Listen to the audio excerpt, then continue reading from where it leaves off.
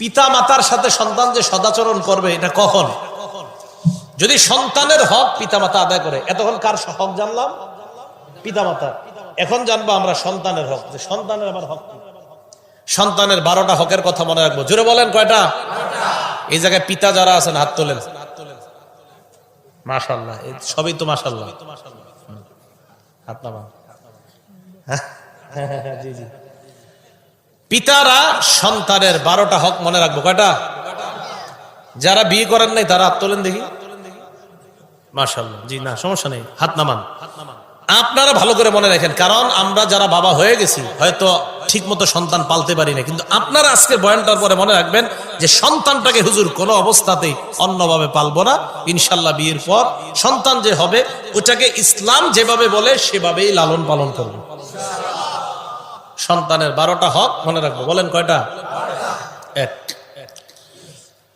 সন্তান জন্মের আগে, প্রথম 12টা বলবো, জন্মের আগেই সন্তান আপনার কাছে 2টা জিনিস পায়। এক নাম্বার, একটা ভালো মা সন্তান আপনার কাছে চায়, আমার একটা ভালো মা লাগবে। এটা এখনো দুনিয়াতে আসে নাই কিন্তু। 2 নাম্বার, সন্তানের আরেকটা অধিকার নেককার সন্তানের জন্য। প্রথম হলো ভালো মা। বুখারী শরীফের 5090 নম্বর হাদিসের মধ্যে আসছে, রাসূল সাল্লাল্লাহু আলাইহি সাল্লাম বলেন, তুনকাহুল মারআতু লি40, 4টি গুণ দেখে নারীকে বিয়ে করা হবে।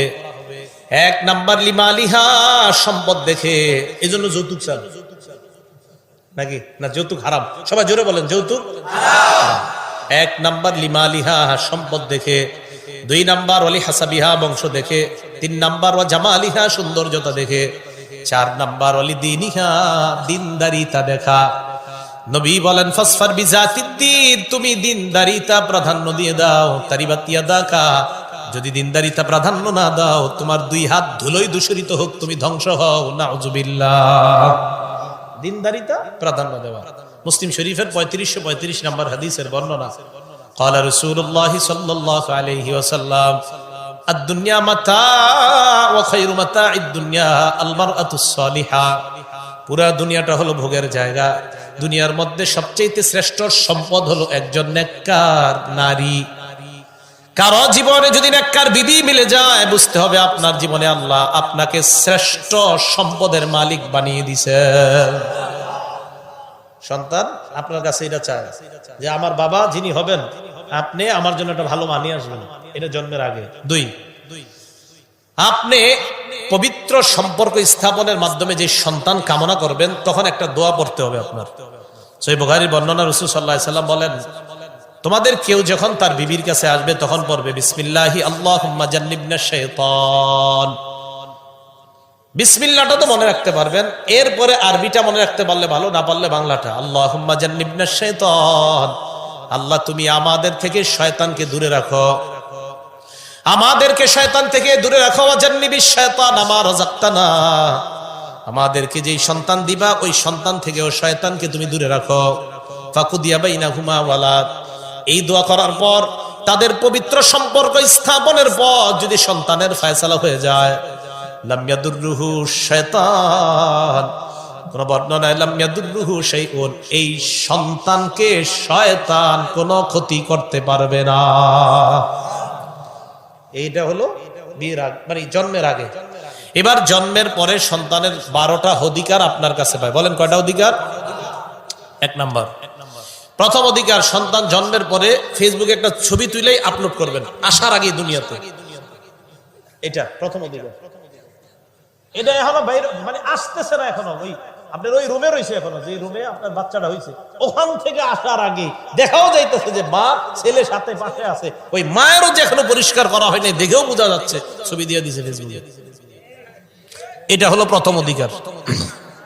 এটাই তো করতেছে সবাই। এই অধিকার ম্যাক্সিমাম লোক এই অধিকারটা পালন করতেছে।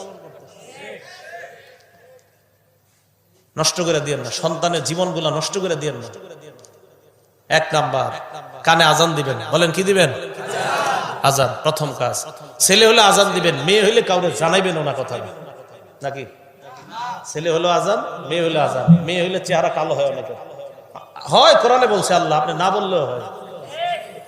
সূরা নাহলের 58 নম্বর আয়াতে আল্লাহ বলছেন ওয়াইজা বুশশিরা আহাদুহুম বিল উনসা যাল্লা ওয়াজহুহু মুসওয়াদ্দা হুয়া কাযিম। কিছু মানুষকে কন্যা সন্তানের সুসংবাদ দিলে চেহারাটা কালো হয়ে যায়, কপালটা কুঁচকায়, না ভালো লাগে না, পছন্দ হয় না। তাহলে ছেলে হলো আজান, মেয়ে হলো আজান, প্রথম কাজ। দলিল আবু দাউদ শরীফের 5105 নম্বর হাদিস, উবাইদুল্লাহ ইবনে আবি রাফি' থেকে বর্ণনা, তিনি বলেন রাআইতু রাসূলুল্লাহি সাল্লাল্লাহু আলাইহি ওয়াসাল্লাম আয-যানা ফি উযুনিল হাসান ইবনে আলী ইবনে আবি তালিব রাদিয়াল্লাহু তাআলা আন হিনা ওয়ালাদাতু ফাতিমা বিস-সালাত। উবাইদুল্লাহ ইবনে আবি রাফি' বলেন আমি আল্লাহর নবীকে দেখলাম, হাসান রাদিয়াল্লাহু তাআলা আন যেদিন জন্মগ্রহণ করলেন, নামাজের আজানের মতো আল্লাহর নবীকে আমি দেখলাম, নামাজে যেই আজান দেওয়া হয় অবিকল ওই আজান নবী হাসানের কানের মধ্যে দিলেন। নবীজি আজান দিলেন, নবীজি। তাহলে প্রথম অধিকার আজান, এই আজানটা ওর কানে, প্রথমে আল্লাহ শব্দটা ওর কানে দিবেন, আল্লাহ কবুল করেন। দুই নাম্বার তাহনিক করানো। বলেন কি করানো? তাহনিকটা আগে বুঝেন, পরে দলিল দিচ্ছি। একজন আল্লাহওয়ালার কাছে নিয়ে যাবেন, বর্তমানে তো নিয়ে যাওয়া যদি কষ্টকর হয়, যদি কোনো আল্লাহওয়ালা রাজি হয় তো আল্লাহওয়ালাকে নিয়ে গেলেন দাওয়াত দিয়ে, বাকি না নিয়ে আপনি ওনার কাছে নিয়ে যাওয়াই ভালো। অথবা এমন জায়গায় যেন আপনার সন্তান হয়, আশেপাশে মসজিদ আছে, কোনো আলেম আছে ভালো, ওনার কাছে আপনি নিয়ে যাবেন। বাচ্চাটাকে নেওয়ার পরে উনি একটা খেজুর চাবাবে, চাবানোর পর প্রথমে থুতু বাচ্চার মুখে দিবে, এরপর খেজুর চাবানো যে খেজুরটা, এখানে সামান্য অংশ বাচ্চার মুখের ভিতরে এই তালুর মধ্যে হালকা লাগায় দিবে, এটাকে বলা হয় তাহনিক। বুখারী শরীফের 3909 নম্বর হাদিস।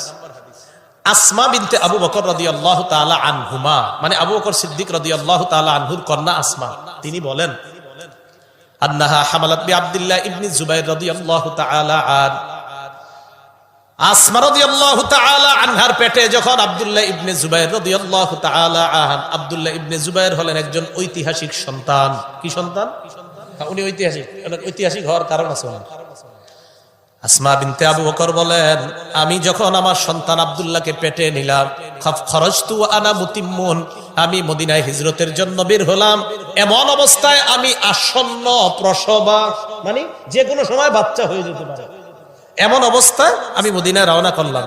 ফাতাইতুল মাদিনাতা ফানাজালতু বিকুবা, মদিনায় আসলাম, কুবায় অবতরণ করলাম। মদিনায় এসে কুবায় অবতরণ করার পর ফাতাইতু বিহিন্না ফাওয়ালাতুহু, আমি আমার সন্তানকে প্রসব করলাম। ফাতাইতু বিহিন নবিয়্য সাল্লাল্লাহু আলাইহি ওয়াসাল্লাম, আমি সন্তানটাকে নিয়ে আল্লাহর নবীর কাছে গেলাম। ফাওয়াদাতুহু ফি হাজরিহি, আল্লাহর নবীর কোলে দিলাম। ফাদআ বিতামরা, নবী খেজুর আনলেন। ফামাদাগাহা, খেজুর চাবাইলেন।